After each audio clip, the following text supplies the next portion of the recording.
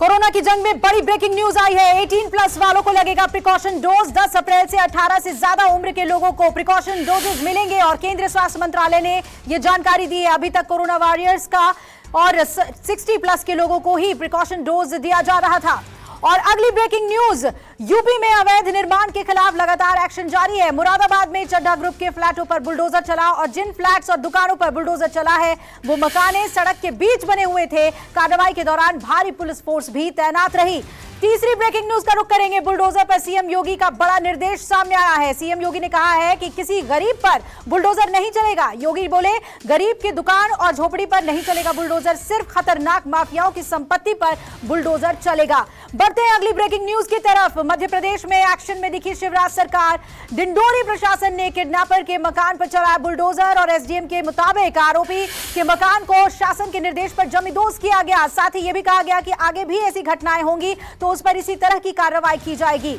अगली breaking news, अजान को लेकर छिड़ी जुबानी जंग जारी। आज अजान विवाद को केरल के राज्यपाल आरिफ मोहम्मद ने बकवास बताया और कहा कि अजान विवाद सब बकवास है। यह भी कोई मुद्दा है क्या? अगर हम अजान पर बात करते हैं तो हम उनकी मदद करेंगे। आप उनकी मदद करना चाहते हैं क्या? महाराष्ट्र में शुरू हुआ लाउड स्पीकर विवाद अब बिहार और कर्नाटक में भी शुरू हो चुका है। बढ़ेंगे अगली बड़ी खबर के लिए जो आ रही है मुंबई से। ठाणे में मनसे के ऑफिस पर हमले के बाद सियासत गर्मा गई है। पत्थरबाजी के बाद मनसे ने एनसीपी पर पत्थरबाजी का आरोप लगाया। हालात को देखते हुए पुलिस ने ठाणे में भारी पुलिस बल की व्यवस्था की है और इस मामले को मस्जिदों से बाहर हनुमान चालीसा का पाठ करवाने के फैसले से जोड़कर देखा जा रहा है। अगली बड़ी खबर का रुख करते हैं। शरद यादव से मिलने पहुंचे राहुल गांधी और शरद यादव के साथ राहुल गांधी ने बैठक की। हाल ही में लालू यादव की पार्टी में शामिल हुए हैं। शरद यादव और बीजेपी के विरोध में विपक्ष को एकजुट करने को लेकर राहुल गांधी और शरद यादव की मुलाकात बेहद अहम मानी जा रही है। अगली ब्रेकिंग न्यूज आ रही है राजस्थान से, जहां किरौली में हुई हिंसा को लेकर गहलोत सरकार पर बीजेपी लगातार हमलावर है। बीजेपी नेता राज्यवर्धन सिंह राठौर ने कहा राजस्थान की सरकार तालिबानी सोच के साथ काम कर रही है और पुलिस को घटना की पहले से जानकारी क्यों नहीं थी। वहां 14 से 15 दुकानों को जलाया गया और मुख्य आरोपी क्यों नहीं गिरफ्तार हुए। अगली बड़ी खबर भी इसी मामले से जुड़ी हुई। करौली में लगाए गए कर्फ्यू में आज कुछ देर के लिए ढील दी गई है और ढील देने के दौरान लोग बाजारों में खरीदारी करते हुए दिखे। कर्फ्यू में प्रतिदिन सुबह 9 बजे से दोपहर 12 बजे तक ढील दी जाएगी। आपको बता दें करौली नगर परिषद में कर्फ्यू 10 अप्रैल की सुबह से 12 बजे तक के लिए बढ़ा दिया गया है और कर्फ्यू के दौरान सब्जियां और फल स्टोर, जनरल स्टोर, डेयरी, ईंधन स्टेशन और गैस एजेंसियां भी काम करेंगी। बढ़ेंगे अगली बड़ी खबर की ओर। भारत में बढ़ती महंगाई पर राहुल गांधी ने सरकार को घेरा और कहा कि भारत के मौजूदा आर्थिक हालात को देखते हुए आने वाला वक्त कैसा होगा इसका अंदाजा भी नहीं लगाया जा सकता। राहुल गांधी बोले देश को रोजगार देने वाली रीढ़ की हड्डी टूट गई है। जो आने वाला है वो आपने अपनी जिंदगी में देखा भी नहीं होगा। अगली बड़ी खबर भी इसी से जुड़ी हुई। सीएनजी की बढ़ती कीमतों के विरोध में आज जंतर मंतर पर कैब और ऑटो ड्राइवरों ने प्रदर्शन किया। प्रदर्शन के दौरान कैब और ऑटो ड्राइवर्स ने किराया बढ़ाने की मांग की और इस दौरान प्रदर्शनकारियों ने चेतावनी दी कि अगर उनकी मांग पूरी नहीं हुई तो वो अनिश्चितकालीन हड़ताल पर जाएंगे। बढ़ेंगे अगली ब्रेकिंग न्यूज की तरफ। पेट्रोल डीजल की कीमतों के बीच एमपी में आज बिजली का जोरदार करंट लगा है।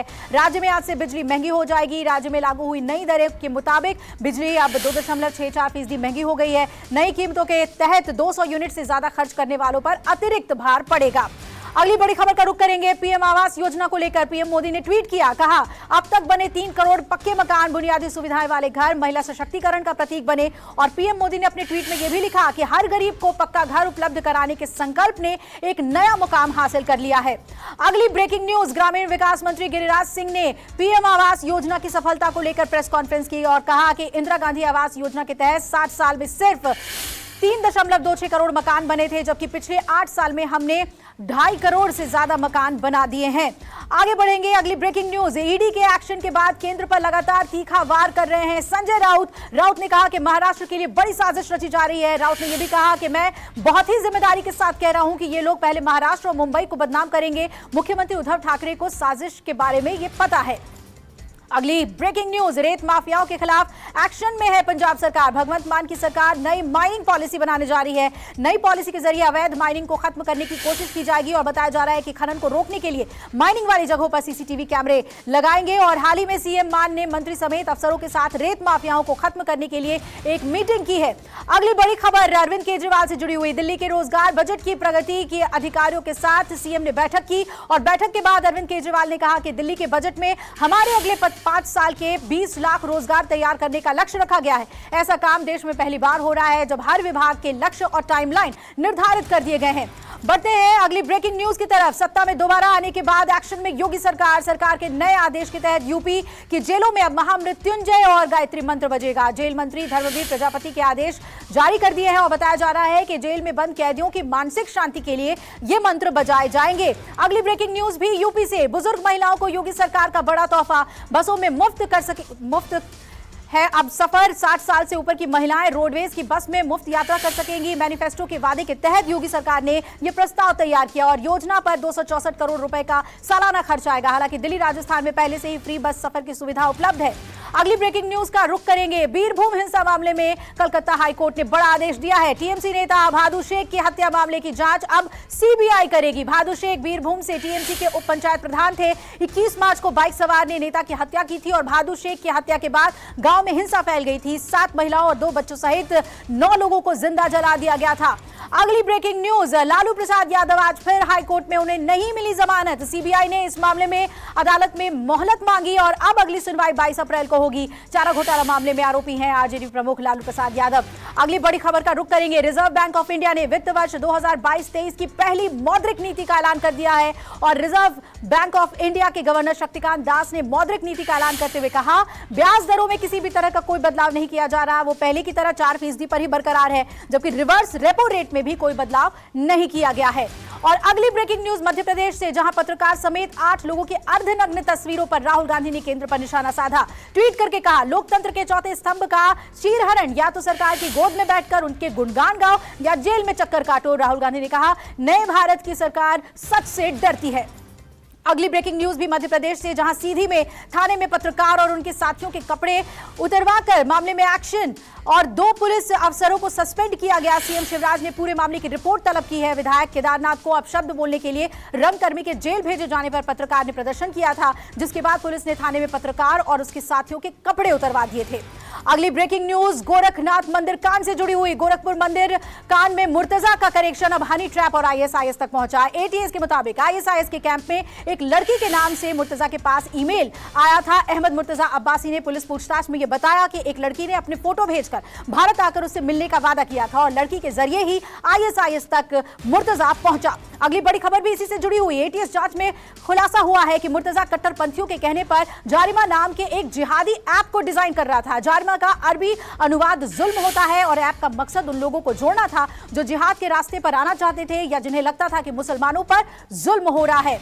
और अगली ब्रेकिंग न्यूज का रुख करते हैं। 9 अप्रैल को इमरान खान की किस्मत पर फैसला होगा। सूत्रों के मुताबिक इमरान खान सभी सांसद आज इस्तीफा दे सकते हैं। इमरान खान ने नो कॉन्फिडेंस वोट से पहले आज कैबिनेट बैठक बुलाई और पाकिस्तान में यह चर्चा है कि इस बैठक के बाद इमरान खान के सांसद इस्तीफा देंगे। इमरान खान आज पाकिस्तान को संबोधित भी करेंगे।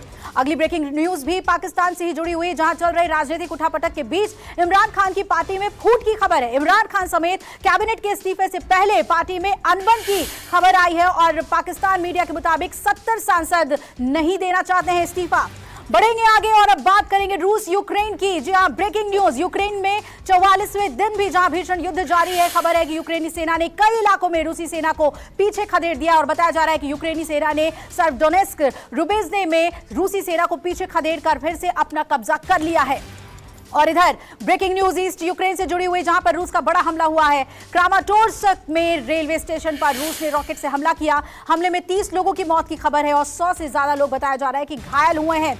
अगली ब्रेकिंग न्यूज भी रूस यूक्रेन युद्ध से जुड़ी हुई। रूसी सेना ने एक बार फिर ओडेशा पर बड़ा हमला किया है। रूसी सेना ने ओडेशा में एक साथ कई मिसाइलें दागी हैं। रूसी रक्षा मंत्रालय ने मिसाइल हमले का एक वीडियो भी जारी किया है और रूसी क्रूज मिसाइल अटैक में यूक्रेन को भारी नुकसान हुआ है। अगली ब्रेकिंग न्यूज, यूक्रेन के गोरलोफ्का में क्लस्टर बम से तबाही हुई है। यूक्रेन ने दावा किया है कि गोरलोफ्का शहर में रूसी वायुसेना ने क्लस्टर बम गिराए हैं। क्लस्टर बम रूसी वायुसेना की तरफ से रिहायशी इलाकों में गिराए गए और बताया जा रहा है कि अस्पताल और स्कूलों पर क्लस्टर बम गिराए गए हैं। बढ़ेंगे अगली ब्रेकिंग न्यूज की तरफ, जो है खार्किव से। एक बार फिर रूस की तरफ से बड़ा हमला किया गया है यहां और रूसी सेना ने यह हमला खार्किव के वसिश्चेवो शहर में किया है। बताया जा रहा है कि रूस की तरफ से शहर में एक साथ कई मिसाइलें दागी गई और रूसी हमले में वसिश्चेवो शहर में भारी तबाही मच गई है। अगली ब्रेकिंग न्यूज, युद्ध खत्म करने के लिए फिर बातचीत करेंगे रूस यूक्रेन। फिर तुर्की में ही होगी रूस यूक्रेन के बीच अहम बैठक और तुर्की के विदेश मंत्री ने इस बातचीत की पुष्टि की है। कहा है जल्द ही इस बातचीत के बारे में जानकारी दी जाएगी। अगली ब्रेकिंग न्यूज बूचा नरसंहार से जुड़ी हुई, जिस पर रूसी विदेश मंत्रालय के प्रवक्ता का बयान सामने आया है। जब तक बूचा रूस के कब्जे में था तब तक एक भी नागरिक की मौत नहीं हुई थी, सब प्रोपेगेंडा है। रूसी विदेश मंत्रालय के मुताबिक बूचा के लोग किसी भी शख्स या रूसी सेना कार्रवाई के खिलाफ शिकायत कर सकते हैं, पर शिकायत करने के लिए कुछ है ही नहीं। अगली ब्रेकिंग न्यूज, आतंकी हमले की चपेट में इजराइल आ गया है। तेल अवीव में अंधाधुंध फायरिंग में 2 की मौत हुई है, 8 लोग घायल हुए हैं। मार्केट एरिया में एक बंदूकधारी ने खुलेआम फायरिंग की और तलाशी अभियान जारी है। इलाज के लिए घायलों को अस्पताल ले जाया गया है। और अमेरिका ने इजराइल में हमले की निंदा की है। इजराइल के साथ नियमित रूप से संपर्क में रहने की बात अमेरिका ने कही है। अगली ब्रेकिंग न्यूज, बेंगलुरु में परीक्षा के बीच कई स्कूलों के पास धमकी भरा मेल आया है और मेल के जरिए स्कूल में पावरफुल बम लगाने की जानकारी दी गई है। पुलिस के मुताबिक जिन स्कूलों में ये मेल भेजे गए हैं वहां परीक्षाएं चल रही थी, स्कूलों में तलाशी अभियान जारी है और अभी तक कोई संदिग्ध सामान नहीं मिला है। अगली ब्रेकिंग न्यूज, बंगाल से बीरभूम हिंसा के बाद बंगाल में देसी बम मिलने का सिलसिला लगातार जारी है। नानूर थाना क्षेत्र में एक बाल्टी में मिले 20 देसी बम और सूचना मिलते ही बम स्क्वाड टीम मौके पर पहुंची। बम स्क्वाड टीम ने बम को नष्ट किया है। फिलहाल पुलिस ने मामला दर्ज कर आगे की कार्रवाई शुरू कर दी है। बढ़ेंगे अगली बड़ी खबर की ओर, जो है दिल्ली दंगों से जुड़ी हुई। दिल्ली दंगों का एक और आरोपी गिरफ्तार किया गया है। आरोपी बाबू वसीम ने शाहरुख पठान को मुहैया कराई थी एक पिस्टल और शाहरुख पठान का एक वीडियो काफी वायरल हुआ था जिसमें उसने पुलिसकर्मी पर पिस्टल लहराते हुए देखा गया था। बाबू वसीम को कोर्ट ने भगोड़ा घोषित किया हुआ है। और आइए बढ़ते हैं अगली ब्रेकिंग न्यूज की तरफ, जो है लखनऊ से आवारा कुत्तों ने 2 मासूम भाई बहन पर हमला किया। भाई की इसमें मौत हो गई है, बहन की हालत गंभीर बताई जा रही है। कुत्ते के हमले से लोगों में नाराजगी देखने को मिल रही है और स्थानीय लोगों का आरोप है कि नगर निगम ने शिकायत के बावजूद इसमें कोई कार्रवाई नहीं की।